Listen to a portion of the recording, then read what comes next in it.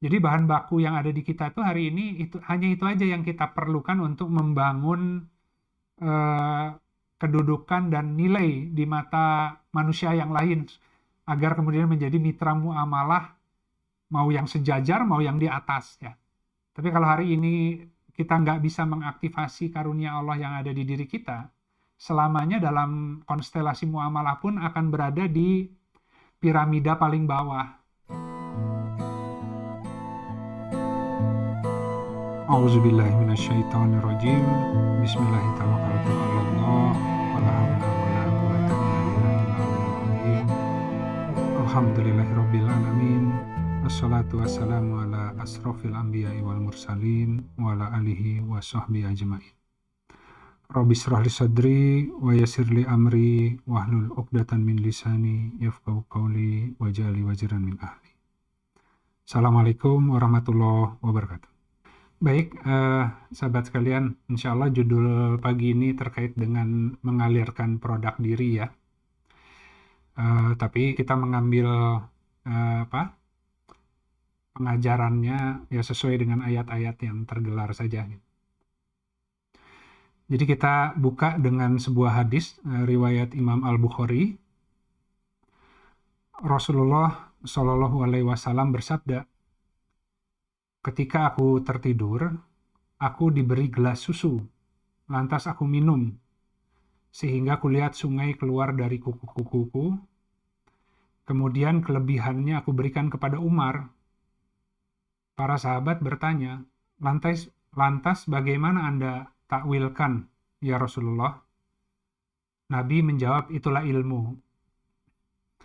Jadi sahabat-sahabat, tentu istilah susu yang kita temukan ya di dalam hewan ternak biasanya ya yang menghasilkan susu itu juga adalah istilah Al-Quran yang Allah gunakan dalam mendeskripsikan sebuah sungai di sorga nanti. Ada 4 jenis sungai di sorga. Yang pertama sungai air yang jernih, air tawar yang tidak berubah rasanya begitu ya, air segar. Kemudian ada air susu, ya, sungai susu begitu. Yang ketiga ada sungai khamr yang tidak memabukkan, yang sangat nikmat begitu ya, tapi tidak memabukkan. Kemudian yang terakhir adalah madu yang disaring. Jadi istilah susu ini juga adalah sesuatu yang ketika Rasulullah ditawari 2 jenis minuman, yang satu adalah khamr yang tidak memabukkan, yang satu lagi adalah susu. Kemudian Rasulullah memilih susu, gitu ya. Jadi susu ini tentu adalah satu istilah tertentu yang mengandung sebuah minuman yang jika kita konsumsi itu mengandung gizi luar biasa. Biasanya kalau anak dalam fase pertumbuhan maka nutrisi itu ditentukan dari ASI, air susu ibunya begitu ya. Nah, ini yang Allah gunakan sebagai satu perumpamaan, sebagai air yang isinya adalah ilmu-ilmu yang menumbuhkan, yang memberikan satu gizi bagi manusia sehingga pertumbuhannya menjadi sehat. Nah, jadi susu tentu semua istilah yang Al-Quran gunakan itu ada maknanya yang ingin dituju begitu ya. Bahkan susu yang ada secara lahiriah pun secara esensi itu adalah satu minuman yang dikonsumsi untuk memenuhi gizi agar pertumbuhan sang anak itu bisa tumbuh dengan baik. Ya akalnya, ya tadi ya, semua organ tubuhnya, semuanya dengan pertumbuhan yang baik. Nah kita lihat di Quran Surat An-Nahl, Quran Surat 16, ayat 66. Auzubillahiminasyaitonirrajim. Bismillahirrahmanirrahim. Dan sesungguhnya bagimu pada hewan ternak itu benar-benar terdapat pelajaran. Kami memberikan minuman kepadamu dari apa yang ada di dalam perutnya, di antara kotoran dan darah, yaitu berupa susu yang murni, yang mudah dicerna bagi orang yang meminumnya. Jadi ini terkait dengan hewan ternak, terkait dengan sapi ataupun domba yang menghasilkan susu, bahwa sebenarnya dari segala sesuatu yang dikonsumsi oleh hewan ternak itu, ya rumput lah, apapun lah yang dia makan, dia minum, kemudian ternyata ada satu proses yang diolah di dalam tubuh, ya ada yang kemudian tadi menjadi kotoran keluar, sari-sarinya sudah diambil begitu ya, dan kemudian ada juga yang kemudian zat-zat makanan tersebut mengalir ke peredaran darah ya. Makanya seperti orang yang minum khamr itu minuman yang memabukkan ya, itu doanya tidak diterima hingga 40 hari, yaitu sesuai dengan metabolisme tubuh, di mana setelah 40 hari baru makanan ataupun minuman yang kita konsumsi 40 hari sebelumnya bisa terurai dengan sempurna keluar dari sistem tubuh. Nah, jadi dikaitkan dengan orang yang meminum minuman memabukkan, maka doanya tidak diterima selama zat haram yang beredar di dalam peredaran darahnya itu belum keluar begitu. Nah, demikian juga biasa kita dalam tradisi ada puasa 40 harian misalkan. Itu dalam rangka orang-orang yang hendak membersihkan dirinya, ingin munajat ke Allah, tapi diawali dengan membersihkan sistem tubuhnya dari hal-hal yang barangkali tercampur ya, yang tidak Allah sukai. Nah, jadi di antara dua saluran, satu adalah kotoran, yang satu adalah darah, tapi ada satu saluran yang kemudian menghasilkan susu, yang kemudian itu jika dikonsumsi menyehatkan, gitu ya. Nah, tentu Allah menggunakan hewan ternak sebagai perumpamaan, ya, tapi ini berbicara tentang manusia ya, sahabat-sahabat. Jadi apa-apa yang akan kita konsumsi nih, segala macam informasi, segala macam makanan lahiriah ataupun batiniah ya, apa yang kita lihat, apa yang kita dengar, apa yang kita pikirkan, semua itu akan diproses di dalam diri seorang manusia. Nah, itu akan kemudian menjadi dasar untuk dia membangun satu keilmuan untuk bergerak di muka bumi. Ya. Tapi repot kalau manusia tidak Allah berikan filter, sehingga semua informasi yang diserap itu dianggap sebagai informasi yang 100% semuanya baik ya. Jadi kita belajar segala sesuatu dengan melihat, dengan mendengar pun kita harus memfilter pada akhirnya mana yang kemudian kita bisa jadikan sebagai pegangan untuk menata kehidupan kita dengan ilmu-ilmu yang sudah kita baca, kita lihat ya. Nah, makanya masalah konsumsi ini sesuatu yang sangat diperhatikan di dalam seorang muslim ya. Bahkan si darah, daging itu tumbuh harus dari hal-hal yang toib. Kalau dia tumbuh, daging yang tumbuh dari hasil riba misalkan, itu pasti akan ada mekanisme membersihkannya gitu. Jadi semua kotoran, semua hal yang haram, yang Allah larang, yang kita konsumsi, kita makan, rezeki dari hal-hal yang tidak Allah ridhoi, itu kalau kita makan secara lahiriah sih tumbuh ya. Dia akan tetap secara lahiriah tumbuh, tapi kemampuan untuk berzikir mengingat Allahnya akan hilang. Jadi si dagingnya itu dibangun oleh komposisi makanan yang mengandung hal-hal yang batil gitu. Nah, tapi sementara di sini Allah menggunakan perumpamaan tadi, kalau hewan ternak yaitu dari apa yang dikonsumsi, ada yang menjadi darah, ada yang menjadi kotoran. Nah, yang jadi intisarinya, hasil yang menjadikan hewan itu punya manfaat, itu adalah sesuatu yang dia produksi, yang kemudian jika dikonsumsi oleh manusia itu menyehatkan. Kita lanjut dulu. Nah, jadi sebagaimana tadi saya sampaikan, jadi ini bagaimana mengolah satu proses input yang menjadi output ya. Dalam hal ini makanan ya. Jadi yang kita input kalau manusia ya bukan hanya makanan, karena yang diistilahkan makanan itu segala yang dikonsumsi, yang dibaca, yang didengar, ya, yang kemudian membangun pola berpikir, itu semua adalah input yang kemudian harus diolah, ya, sehingga kemudian bisa menghasilkan satu produk tertentu atau output, ya, atau yang biasa kita sebut dengan produk diri, kekaryaan. Jadi manusia bisa menghasilkan sesuatu, punya skill, punya keterampilan, itu karena dalam pengaturan hidupnya Allah mengizinkan dia untuk mengkonsumsi berbagai ilmu pengajaran, ya, yang kemudian itu nanti ketika didaratkan menjadi sebuah implementasi, dia akan bicara dari semua apa yang Allah sudah karuniakan nikmat, ya, Allah ajarkan baik melalui pengalaman, melalui sekolah. Nah, itu ujungnya itu dia bisa menghasilkan apa, ya, agar kemudian hasilnya itu bisa bermanfaat bagi manusia lainnya, gitu. Nah, kalau dia mampu menghasilkan produk itu, maka dia sudah bersyukur atas semua nikmat, pengalaman, kehidupan, pendidikan yang Allah desain dalam kurikulum kehidupan. Bukan hanya sekolah formil, tapi informal juga, ya, baik ujiannya, baik peristiwa yang dia hadapi, semua persoalan yang pernah dia hadapi juga, ya, dalam kehidupannya, itu semua berbuah hikmah, berbuah pengetahuan. Yang kalau itu menjadi satu produk, barangkali banyak orang lain juga yang membutuhkan.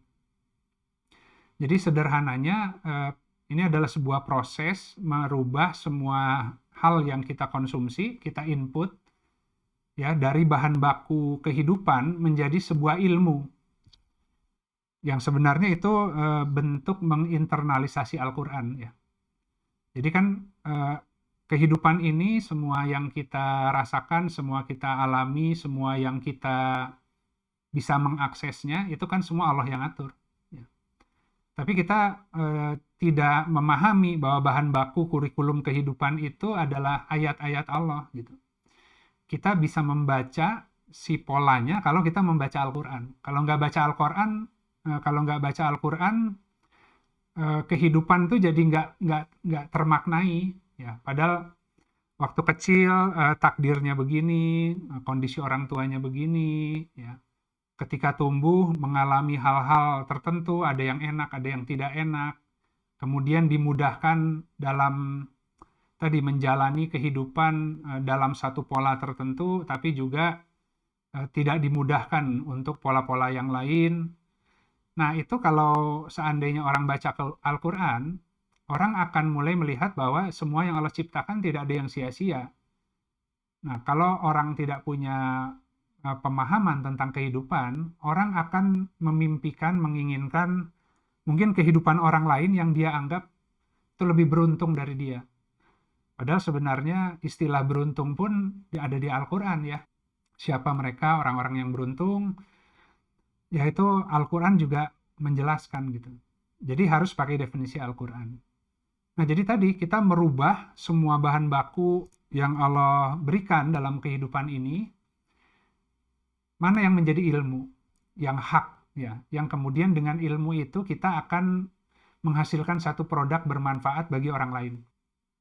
Kalau kita berpikirnya hanya ilmu cari uang soalnya, jadi si pengembangan karirnya dibatasi dengan sejauh-jauh karir-karir yang saya bangun atas dasar bahan baku kehidupan adalah yang bernilai ekonomis, gitu.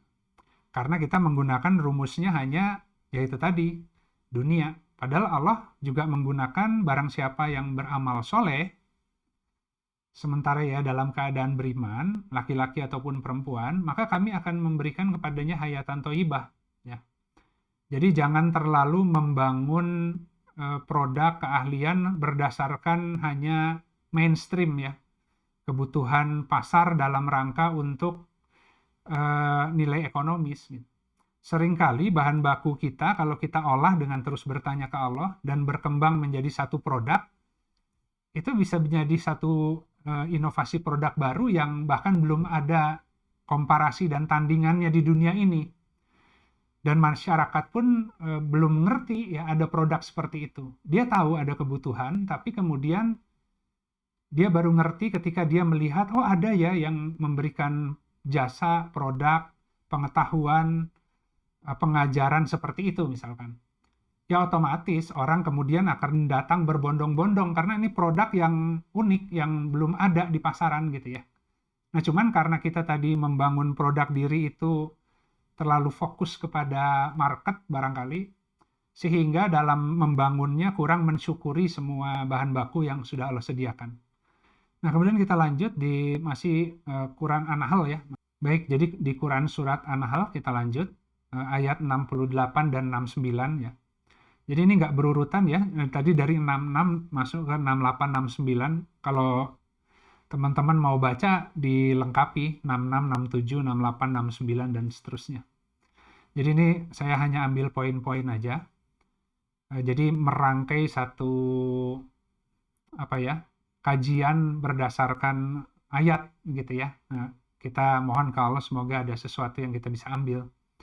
Jadi di Quran Surat An-Nahl, Quran Surat 69 ayat 68 sampai 69, ya, Quran Surat 16 ya, ayat 68, 69. Dan Robmu mengilhamkan kepada lebah, gitu ya. Hendaklah kamu mengambil dari gunung-gunung rumah, dan juga dari pepohonan, dan dari bangunan-bangunan yang didirikan manusia. Kemudian makanlah dari tiap-tiap jenis buah-buahan, lalu tempuhlah jalan Robmu yang telah dimudahkan bagimu. Ya. Keluar dari perut lebah itu minuman ya, atau madu yang bermacam-macam warnanya. Di dalamnya terdapat obat bagi manusia. Sesungguhnya pada yang demikian itu benar-benar terdapat tanda bagi orang-orang yang merenung. Ini yatafakkarun ya. Jadi nanti sahabat-sahabat kalau lihat dari tadi ayat 61 seterusnya, itu ada orang-orang yang mendengar, ada orang-orang yang berpikir, ada orang-orang yang merenung. Jadi kalau dari konteks An-Nahl, seperti tafakur itu di atasnya berpikir gitu. Ya, jadi tidak cukup orang berpikir, tapi dia juga harus merenungi, ya, merenungi. Nah kita lihat di sini, ini kan tanda-tanda bagi orang yang tafakur. Nah jadi saya tadi oret-oret ya. Jadi gini sahabat-sahabat. Di sini Allah cerita tentang lebah itu disuruh membangun rumah ya. Mau tadi di gunung atau di pepohonan maupun di bangunan-bangunan yang didirikan oleh manusia.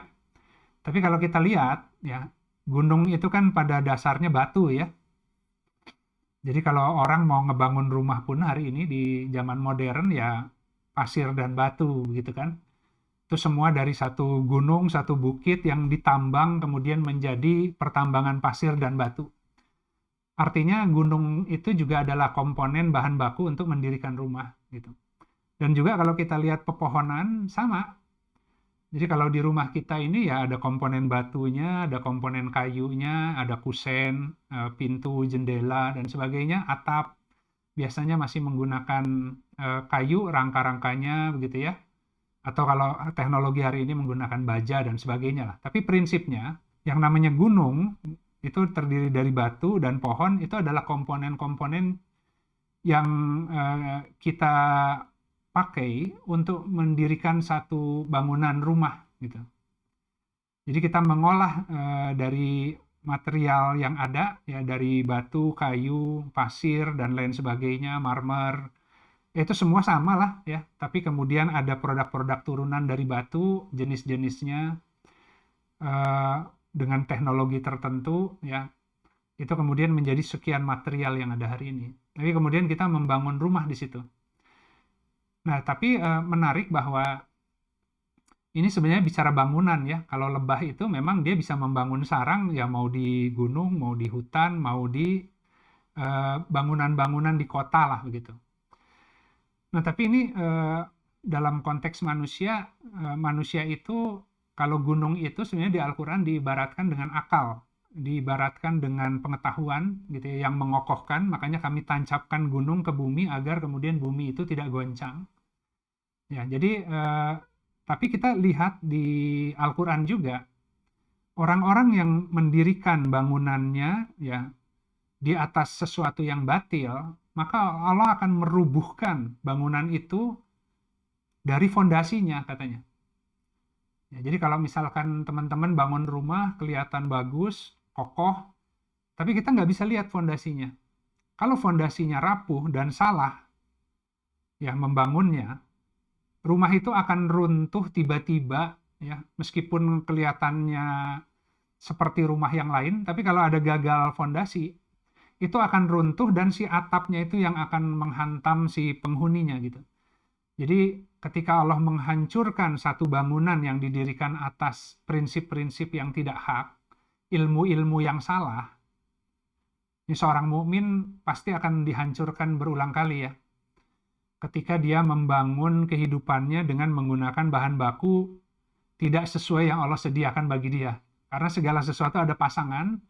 Kalau dia membangun menggunakan bahan baku yang menjadi pasangannya, produk dirinya tadi itu akan menjadi sesuatu sesuai yang Allah kehendaki. Dan di situ pasti banyak orang yang butuh, dan itu menjadi otentik, menjadi khas diri dia gitu.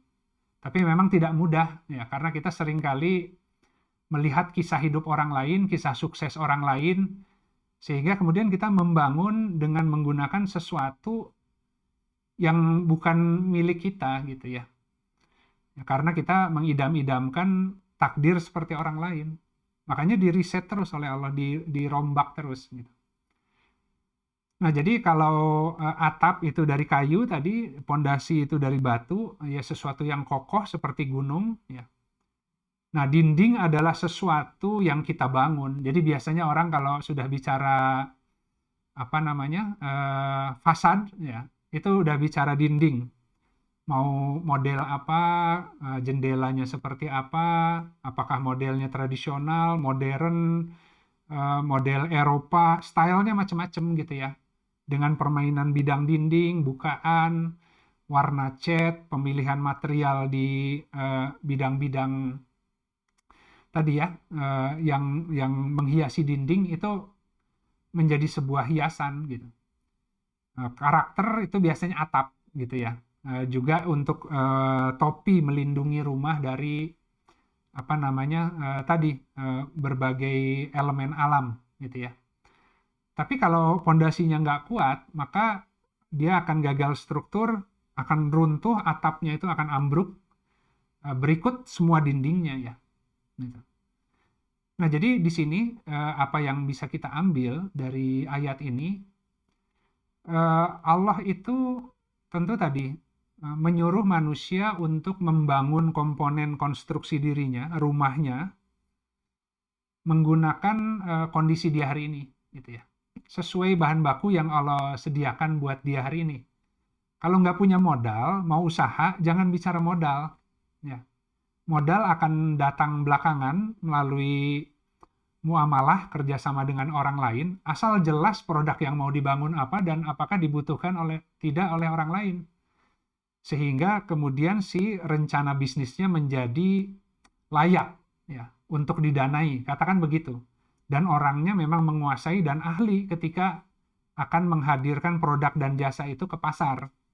Ya kalau investor ya tinggal kita presentasi, ini idenya, kalau produk ini hadir, ini manfaatnya, dan banyak orang yang butuh gitu kan ya, sehingga dia jadi layak untuk didanai. Maka jangan bicara modal gitu. Nah tadi produk yang dibangun itu harus sesuai dengan apa yang ada di kita, pengalaman di kita, pengetahuan yang ada di kita ya. Nah itu tadi bagaimana merubah semua komponen menjadi air susu yang menyehatkan, ataupun kalau dalam konteks lebah, semua sari-sari pengetahuan yang diambil dari tadi ya kehidupannya, tentu yang lain dibuang ya, difilter yang tidak hak, itu kemudian bisa mengeluarkan sesuatu. Kalau tadi susu ya ini madu gitu ya, sama aja bagian dari sungai yang ada di sorga, yaitu tadi madu yang disaring dikatakannya gitu. Jadi mau susu, mau khamer, mau madu yang disaring, itu semua adalah komponen dari jannah ya, mata air sorga. Artinya kalau seseorang takwa kepada Allah, Allah taruh dia dalam jannah sorga yang di bawahnya mengalir sungai-sungai, maka dengan mudah dia bisa mengalirkan semua pengetahuan itu menjadi satu produk nyata bagi orang lain.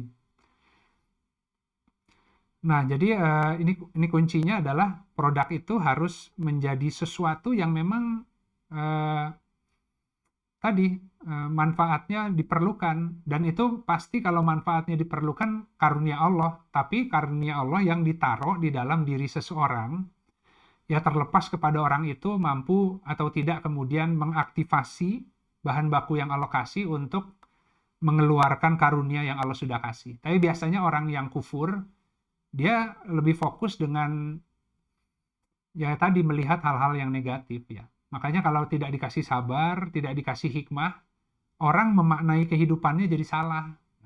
Saya orang yang banyak musibah, banyak ujian, akhirnya masuk ke mental menyerah, kalah, putus asa kan. Padahal sebenarnya itu semua atas izin Allah. Kalau dia bisa baca, apa yang Allah kehendaki dengan memberikan semua takdir itu ya. Ya, kalau seandainya dia kemudian berbuah hikmah, oh dia jadi bisa punya satu produk yang kalau nanti banyak orang lain yang mengalami katakanlah takdir yang sama, ya, maka dia bisa punya solusinya gitu. Nah kira-kira itu ya sahabat-sahabat. Tapi ini hanya bisa diakses bagi orang-orang yang tafakur. Kembali lagi, kalau hanya mikir nggak bisa. Ini harus tafakur, ya, harus mengambil waktu merenungi semua pemikirannya, semua pengalamannya, semua kejadian yang menimpa hidupnya, dia baca dan dia bertafakur di situ. Nah, kita lanjut. Jadi di bumi ini Allah membuat jalan-jalan gitu. Jadi Allah membuat jalan-jalan di bumi. Ada dua jalan yang Allah buat. Satu jalan yang hak, ya, yang benar. Satu jalan yang batil, yang salah. Kalau yang benar yang ditempuh, ya, maka itu akan menghantarkan seseorang kepada kebunnya, janahnya. Yang di sana nanti ada aliran mata air di dalam kebun itu, yang ketika dia meminum dari mata air itu akan mudah mengeluarkan semua potensi dirinya. Tapi ada juga jalan yang batil, gitu ya. Allah yang menciptakan dua jalan itu. Ya. Bagi orang-orang yang dia biarkan tersesat, maka Allah biarkan untuk menempuh yang tidak hak. Bagi orang-orang yang Allah tadi ya inginkan untuk menempuh jalan yang benar, maka Allah akan berikan petunjuk. Jadi yang membedakan itu adalah petunjuk. Semua orang tidak bisa membedakan jalan itu kecuali Allah memberi petunjuk, kecuali dia baca Al-Quran, ya, kecuali dia sholat, dia mohon kepada Allah ihdinas siratal mustaqim, gitu kan? Atau dia mengembalikan semua pilihan hidupnya kepada Allah yang lebih mengetahui, Al-Alim, yang tahu, yang di depan, yang sebelumnya Allah Maha tahu. Nah, ketika dia mau menempuh jalan yang benar, itu tidak mudah karena manusia punya hawa nafsu. Jadi terjadi tarik-tarikan ketika jiwa manusia ini punya hawa, ya, yang disebut hawa nafsu. Dia ditarik oleh dua kekuatan. Kalau dia mengharapkan bumi, maka itu disebut syahwat. Maka tendensinya akan bergerak mengikuti jalan-jalan yang membangun kehidupan buminya aja gitu. Ya, ingin maju, ingin karir sukses, ingin serba punya gitu ya. Tapi dia lupa akhirat, dia lupa amal soleh, dia lupa bahwa kalaupun Allah kasih harta, harta itu belum tentu menjadi nikmat. Bisa jadi itu menjadi bahan bakar neraka untuk membakar manusia nanti ya. Tapi kemudian juga ada tarikan himmah, tarikan ingin menuju Allah gitu ya. Jadi manusia tidak bisa tanpa pertolongan Allah menempuh jalan yang benar. Karena hawa nafsu manusia itu punya kecenderungan ke syahwat. Kecuali hawa nafsu itu Allah bimbing dengan tadi petunjuk, taufik, hidayah, sehingga dia ada tarikan yang lebih tinggi, ya. Tanpa dia meninggalkan dunia sebenarnya ya, tapi keinginannya ingin ke akhirat, tapi bagian dunianya tetap dia olah dan dia makan sebagian, tapi sebagian untuk kehidupan akhiratnya. Nah, jadi yang membedakan itu adalah petunjuk. Jadi ini bolak-balik kita sampaikan bahwa sebab-sebab rizkimu ada di langit, gitu kan? Tapi manusia ada di bumi. Nah, gimana caranya untuk menurunkan rizki yang ada di langit agar mewujud di bumi? Ya, teknisnya begitu. Ya, meskipun kalimatnya rizki di langit, tapi bahan bakunya udah Allah taruh di bumi. Ya, kita bisa mengaksesnya kalau Allah beri petunjuk kepada tempat penyimpanan masing-masing, gitu ya. Dan penyimpanan masing-masing ada di baliknya Shiratal Mustaqim. Jadi orang harus mengikuti petunjuk, harus mengikuti berserah diri ke Allah, mengikuti jalan-jalan terbaik yang Allah berikan agar memperoleh khazanahnya, begitu. Nah, jadi ya yang membedakan itu hanya petunjuk. Nah, tadi ketika kita kemudian tafakur, ya kita harus kemudian berpikir dari semua nikmat yang Allah kasih sampai hari ini, baik itu yang enak, yang tidak enak, semuanya menjadi pelajaran. Kalau sudah jadi hikmah, itu nggak ada bedanya. Ya, jadi kurikulumnya itu musibah, atau kurikulumnya itu dikasih kenikmatan. Ya, kalau sudah jadi hikmah, dua-duanya jadi nikmat. Yang musibah berbuah jadi pengetahuan, menjadi air susu. Ujian yang kesenangan pun berbuah menjadi pengetahuan juga, air susu. Jadi di balik proses, mau itu gelar kehidupannya enak atau tidak enak, kalau masuk ke wilayah hikmahnya, dua-duanya menjadi air susu, gitu. Nah, kemudian di situ dia mulai melihat dari semua bahan baku yang Allah kasih, dan juga melihat problem dari manusia yang ada, kira-kira apa yang bisa saya bangun dari pengetahuan saya hari ini, kemampuan saya hari ini, kesempatan saya hari ini, yang kalau itu saya lakukan, itu seminimalnya bisa membantu manusia-manusia yang sulit dalam hal ini tertentu, gitu ya. Nah, itu sesederhana itu. Jadi dia harus mengkaitkan antara bahan baku dia dengan problem manusia, gitu. Dan mohon kepada Allah, kalau memang niatnya adalah ingin menjadi manfaat, agar kemudian memudahkan semua komponen itu bisa diaktifasi menjadi satu produk yang Allah ridhoi, gitu. Nah, kita lanjut dulu masih di An-Nahl ayat 71.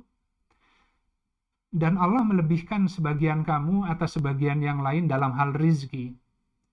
Akan tetapi, ya, orang-orang yang dilebihkan rizkinya itu tidak mau mengembalikan sebagian rizkinya kepada hamba-hamba yang mereka kuasai. Sehingga mereka sama-sama merasakan rizki itu.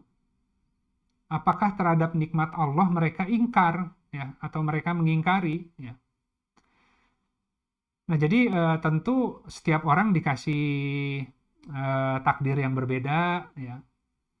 Ada orang yang diberikan nikmat yang banyak, tapi di ujungnya itu karena mungkin tidak kurang syukurnya, maka akhirnya ya begini ya, banyak orang di luar yang tidak menempuh pendidikan, banyak orang yang di luar tidak bisa tidak punya keterampilan yang banyak, ya. Kaum duafa itu banyak, ya. Tapi kita-kita yang kemudian mungkin merasakan pendidikan sekolah, dibiayai orang tua, diberikan banyak pengalaman hidup, banyak keterampilan, tapi ujungnya itu ya mungkin tadi ya, karena kurang syukur, banyak musibah, kemudian hari ini lebih pusing dengan gimana membangun ekonominya masing-masing karena dalam keadaan terpuruk, sehingga lupa gitu ya. Sebenarnya kalau dihitung-hitung nikmat Allah ke diri kita masing-masing itu sudah banyak, karena banyak orang di luar yang mungkin tidak diberikan semewah itu dalam takdir hidupnya, ya. Nah, tapi ya kita terlalu fokus mikirin diri sendiri gitu, sehingga akhirnya kita menahan apa yang telah Allah lebihkan itu, fadilah itu tidak dialirkan, tidak diinfakkan. Ya, orang punya ilmu nggak diinfakkan, punya uang nggak diinfakkan untuk membangun model-model lain yang kemudian dengan itu bisa membantu banyak orang yang mungkin secara daya itu tidak sebanyak yang alokasi ke kita gitu. Jadi tanggung jawab kita lebih berat karena dayanya banyak tapi di ujungnya mungkin mental lemah, merasa gagal, ya, tidak punya azam ya, tekad, semangat untuk ingin bangkit, terpuruk dengan perasaan-perasaan yang itu adalah hawa nafsu sebenarnya. Jadi nggak boleh lemah ya. Apapun takdir yang menimpa kita, mau pahit, itu kita ambil sebagai pelajaran, kita terus bangun, kita mohon ke Allah agar tidak bersikap lemah dan bisa menjadi hamba yang berjuang mensyukuri gitu ya. Biasanya mindset yang menghalangi ya. Nah, jadi tadi sebenarnya yang ada di diri dia itu banyak yang butuh, cuman dia udah pusing dengan problemnya sendiri, pusing melihat kehidupan, mengeluhkan kehidupannya sendiri, sehingga ya dia akan seterusnya berada di posisi itu ya. Nah, karena rumus untuk bisa Allah tambah nikmatnya, yaitu dengan bersyukur. Bersyukur itu artinya apa yang Allah kasih itu dipakai. Semakin bersyukur, nikmat yang ada akan Allah tambah dengan yang baru. Atau nikmat yang sudah ada tapi kita belum bisa mengolahnya, ya, Allah akan ajari cara mengolahnya. Ya. Kalau kita pakai apa yang kita ada dulu dengan segala keterbatasan. Nah, jadi kurang lebih kalau diskemakan begini. Jadi orang itu tidak sama takdirnya. Ada yang diberikan nikmat lebih ya dalam bentuk karunia, pengalaman. Tadi lahir dari orang tua yang mampu, pernah merasakan sekolah, punya akal yang cerdas. Tapi banyak orang juga yang lahir dalam kondisi yang dia tidak bisa sekolah, secara ekonomi orang tuanya susah, sehingga ya sejak kecil dia kesempatannya terbatas, begitu ya. Nah, tapi kemudian ya itu tadi, orang-orang yang banyak diberi nikmat sama saja gitu ya. Tidak mampu mendistribusi rezeki atau nikmat Allah dalam bentuk ilmu, tenaga, ataupun harta yang dilebihkan. Ya.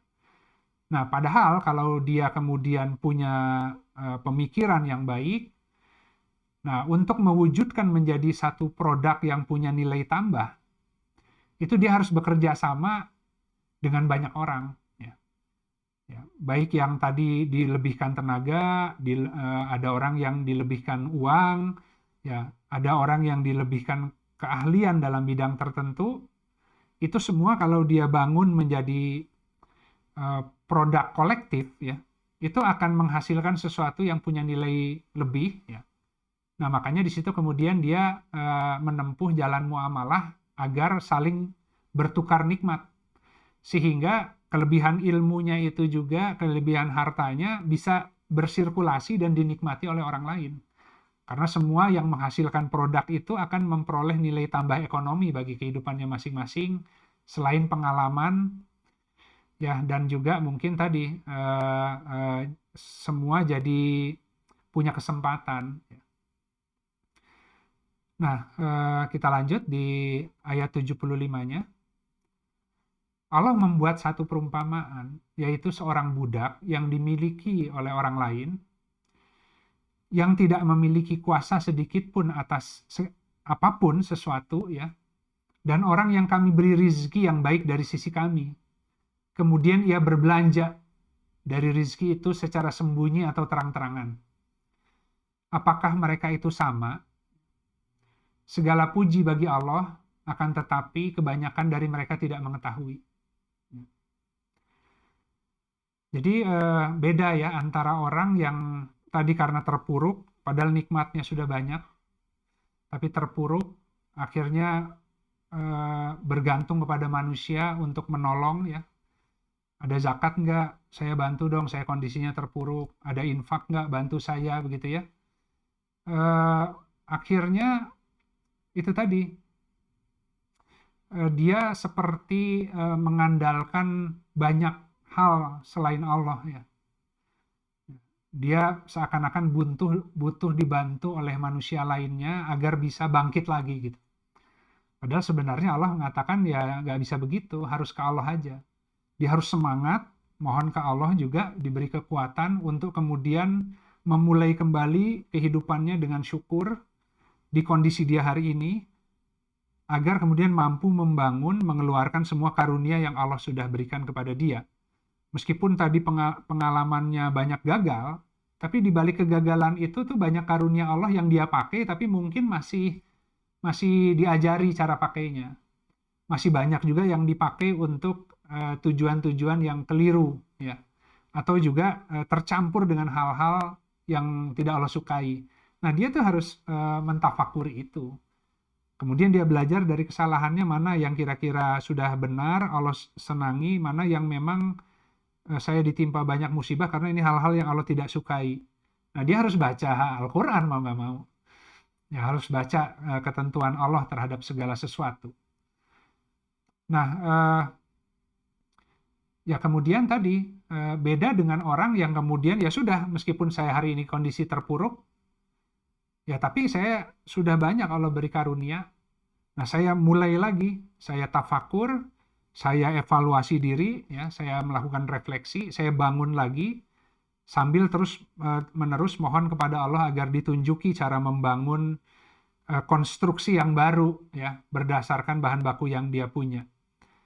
Karena kalau itu kemudian mewujud menjadi satu nilai offering, nilai penawaran, ya, jadi satu produk ataupun satu jasa keahlian yang kemudian hadir, otomatis orang lain juga butuh dia. Kalau yang tadi kan karena dia tidak mampu mengeluarkan itu, seakan-akan dia butuh ditolong orang lain. Tapi kalau karunia Allah itu keluar, artinya muncul, orang lain juga butuh dia, gitu kan. Sehingga dia dengan mudah datang ke orang, lebih terhormat, dia hanya menyampaikan, ini yang saya bisa. Ya. Barangkali kamu ada perlu dengan apa-apa yang dimudahkan oleh Allah kepada saya, gitu kan ya. Nah, dia bisa keliling silaturahmi sehingga di sana akan mulai melihat peluang untuk bermuamalah. Ya. Tapi kalau orang datang mentalnya sedang terganggu, sedang dalam kelemahan diri, datang ke orang, ya saya mah dikasih kerjaan apa aja lah, asal ada ya, saya kondisi terpuruk, saya susah, bantulah saya. Yang mau ngasih pekerjaan juga kadang ragu gitu ya. Karena satu, dia lihat orang ini sebenarnya potensinya banyak, tapi kok kurang ya semangatnya gitu kan. Kelihatannya kalah dengan ujian-ujian itu, kemudian berlindung di balik kegagalannya, kemudian mengklaim dirinya adalah orang yang sangat sulit, yang tidak bisa apa-apa, tolong dibantu. Ya, tentu orang juga hati-hati karena nanti, wah ini jangan-jangan kalau saya ambil jadi mitra muamalah atau saya pekerjakan di tempat saya, wah nanti dia akan banyak mengeluhkan tentang problem hidupnya nih. Ya, padahal kalau orang gagah kan, ya saya banyak problem hidupnya, tapi saya punya keahlian ini, barangkali kita bisa kerjasama.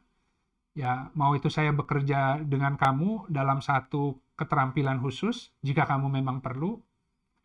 Nah, dia kasih portfolionya, dia kasih CV-nya, begitu ya. Nah, diuji nanti dalam ruang kerja itu apakah betul tidak dia bisa mengeluarkan kemampuannya, sehingga orang yang bermuamalah pun semakin membutuhkan, dan tentu ya otomatis ya kedudukannya akan terus meningkat di perusahaan itu. Banyak hal yang dibutuhkan dari dia, sehingga nilainya pun akan bertambah, secara ekonomi pun akan semakin diapresiasi gitu ya. Tapi semua dimulai dari yang dirinya dulu ya, jangan ke orang lain gitu ya. Ini kan seorang budak yang nggak bisa apa-apa ya, akhirnya kesana kesini menghambakan diri seakan-akan. Padahal beda dengan orang yang Allah beri rezeki yang baik dari sisi Allah, kemudian ia membelanjakan dengan rezeki itu, ya dia berinfak, ya udah saya bisanya ini yang saya lakukan. Kalau nggak ada yang bisa bayar, ya udah siapa yang perlu bantuan saya bantu dia, nggak usah bayar. Ya cuman karena terlalu terkait, ya kalau nggak dibayar mau ngerjain itu sesuai skillnya juga ya rugi dong. Padahal ketika dia mungkin banyak menggunakan skillnya, membantu banyak orang, tidak semuanya dalam setting yang komersial. Orang malah jadi melihat kemampuan yang ada di dia, sehingga yang tadi mengajak muamalah pun, oh kemarin waktu kita sama-sama ikut aktivitas sosial, kita kenalan, kita lihat, wah orang itu kemampuannya hebat, bagus di bidang itu, mungkin kita bisa ajak dia kerjasama di bidang yang komersil, kan bisa begitu. Nah, jadi terpulang kepada kita. Nah, silakan nanti dilihat runutannya ya. Ini yang 79. Tidakkah mereka memperhatikan burung yang dimudahkan terbang di angkasa ya, di antara awan ya dan langit itu ya. Tidak ada yang menahannya selain Allah ya. Sesungguhnya pada yang demikian itu benar-benar terdapat tanda-tanda bagi kaum yang beriman. Ya.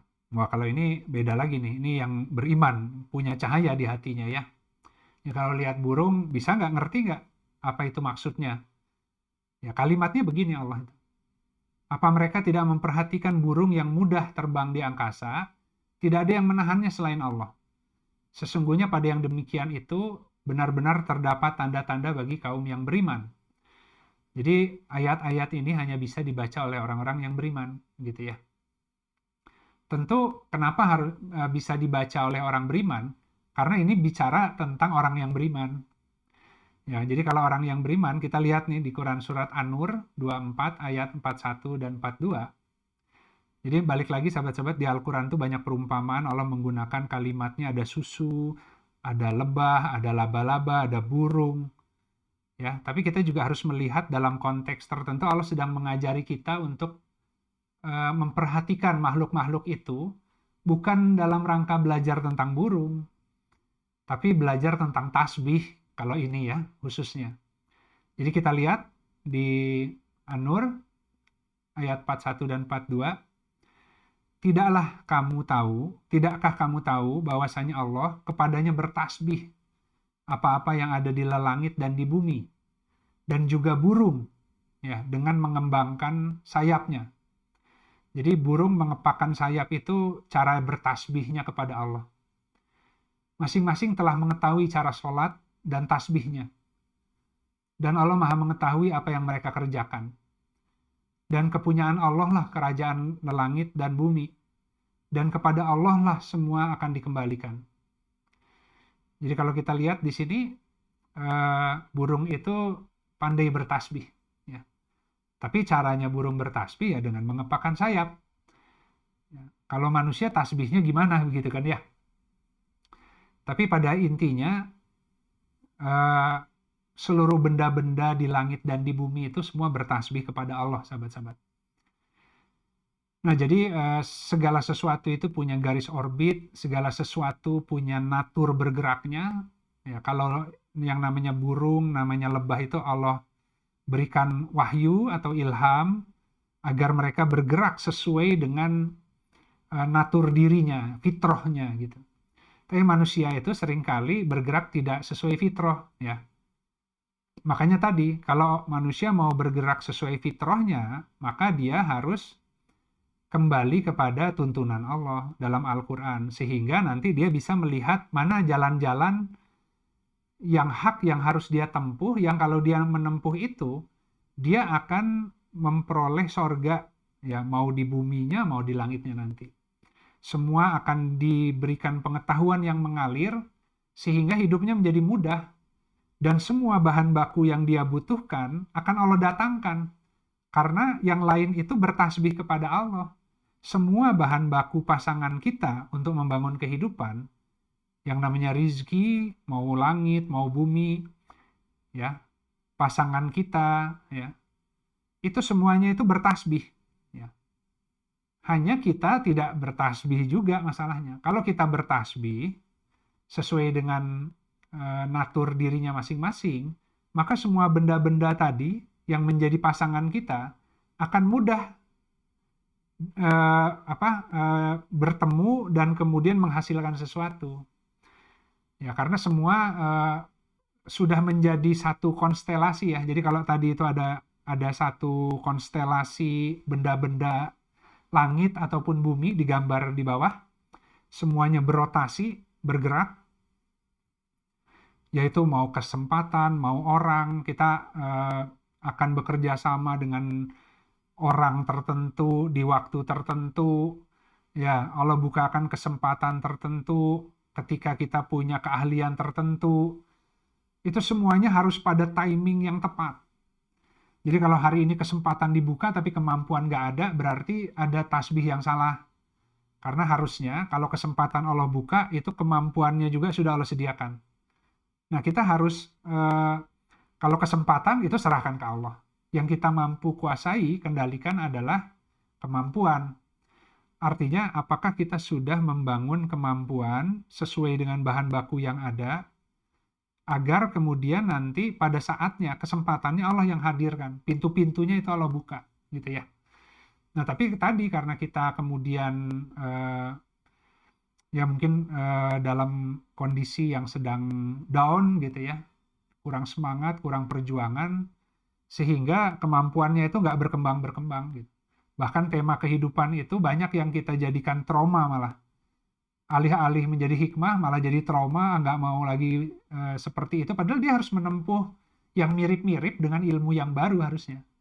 Ya, dia akan ketemu lagi medan yang mirip-mirip dengan yang dulu dia terjerembab ya, tapi dengan satu niat, satu ilmu, satu bahan kemampuan konstruksi yang baru gitu. Nah, jadi semua benda-benda bertasbih, kalau manusianya kemudian tadi berada pada titiknya, maka semua itu akan Allah datangkan gitu dengan mudah, karena semuanya itu dalam satu orbit yang sama dengan dia. Ya kalau hari ini manusianya ngaceleng kemana, rizkinya ada di mana gitu, jadi nggak ketemu gitu, karena tidak mampu bertasbih tadi. Terlalu mengandalkan logikanya sendiri, terlalu mengandalkan rumus dan kisah cerita orang lain, kiat-kiat sukses orang lain, buku-buku bisnis, buku-buku menjadi sukses gitu ya. Tapi nggak pernah membaca kehidupannya, nggak pernah membaca Al-Quran gitu. Nah, kira-kira seperti itu, sahabat-sahabat. Nah, sehingga di Quran Surat An-Nahl ayat 83-nya, Allah berfirman, mereka tuh mengenali nikmat Allah, ya. Kan ya'rifuna bi nikmat Allah gitu ya. Jadi ya'rifuna itu dari arafah ya. Mereka itu mengenali nikmat Allah sebenarnya. Tapi mereka mengingkari ya, dan kebanyakan mereka adalah orang-orang yang kufur ya, ingkar kepada Allah ya. Jadi bahan baku yang ada di kita itu hari ini hanya itu aja yang kita perlukan untuk membangun kedudukan dan nilai di mata manusia yang lain, agar kemudian menjadi mitra muamalah, mau yang sejajar mau yang di atas ya. Tapi kalau hari ini kita nggak bisa mengaktifasi karunia Allah yang ada di diri kita, selamanya dalam konstelasi muamalah pun akan berada di piramida paling bawah. Ya, sehingga kemudian dia akan mengemis-ngemis minta kesempatan kepada manusia karena menggunakan kisah kesulitannya agar manusia mau nolong. Padahal sebenarnya semakin kita mengemis, Allah bukakan pintu kemiskinan gitu. Ya demikian sahabat-sahabat, jadi ini terkait mengalirkan produk diri. Kembali tadi dari Quran Surat An-Nahl, kita sedikit sebelum saya tutup, kita kembali ke yang awal ya. Di An-Nahl ini, maaf, di An-Nahl yang 68 ya, 69-nya ya. Ini perintahnya adalah makan dari tiap jenis buah-buahan dan tempuh jalan Robmu yang paling dimudahkan.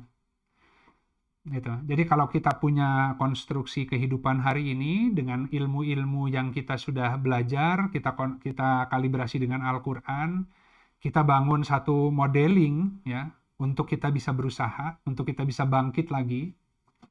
Ya. Makan dari tiap jenis buah-buahan tadi ya, hasil-hasil hikmah yang kita peroleh selama perjalanan kita ini, dan tempuhlah jalan yang dimudahkan. Jadi kerjakan dulu yang paling mudah. Kira-kira ya udahlah, saya akan membuat produk, misalkan tadi sharing pengalaman. sharing nasihat, sharing cerita, itu yang dimudahkan ya itu dulu gitu kan. Ya, atau jadi buah-buahannya itu jalannya itu harus yang paling dekat, yang paling mudah gitu. Jadi bisnis modelnya jangan mimpi kemudian bikin sesuatu yang super canggih. Ya. Tapi hari ini saya punya ini, gimana ya mensyukurinya? Belum ada yang mau bayar, ya sudah. Saya coba cari, barangkali ada orang yang membutuhkan, nggak usah dibayar juga, saya ikut dulu deh. Ya, semoga dengan saya berinfak tadi, Allah akan tadi semakin mengeluarkan berbagai jenis madu yang bermacam-macam dari perutnya tadi ya. Nanti pengalaman-pengalaman yang lalunya itu akan mulai Allah aktivasi dan dibantu mengolah di dalam dirinya, sehingga kemudian bisa mengeluarkan berbagai produk turunan yang lain yang lebih canggih lagi. Gitu. Baik, sahabat-sahabat, mari kita akhiri kajian siang ini dengan beristighfar pada Allah dan kita tutup dengan doa kafaratul majelis. Astagfirullahaladzim, alladzi la ilaha illa huwal hayyul qayyum wa atubu ilaik. Subhanakallahumma rabbana wa bihamdika asyhadu an la ilaha illa anta astaghfiruka wa atubu ilaik. Subhana rabbika rabbil izzati amma yasifun wa salamun alal mursalin walhamdulillahi rabbil alamin. Wassalamualaikum warahmatullahi wabarakatuh.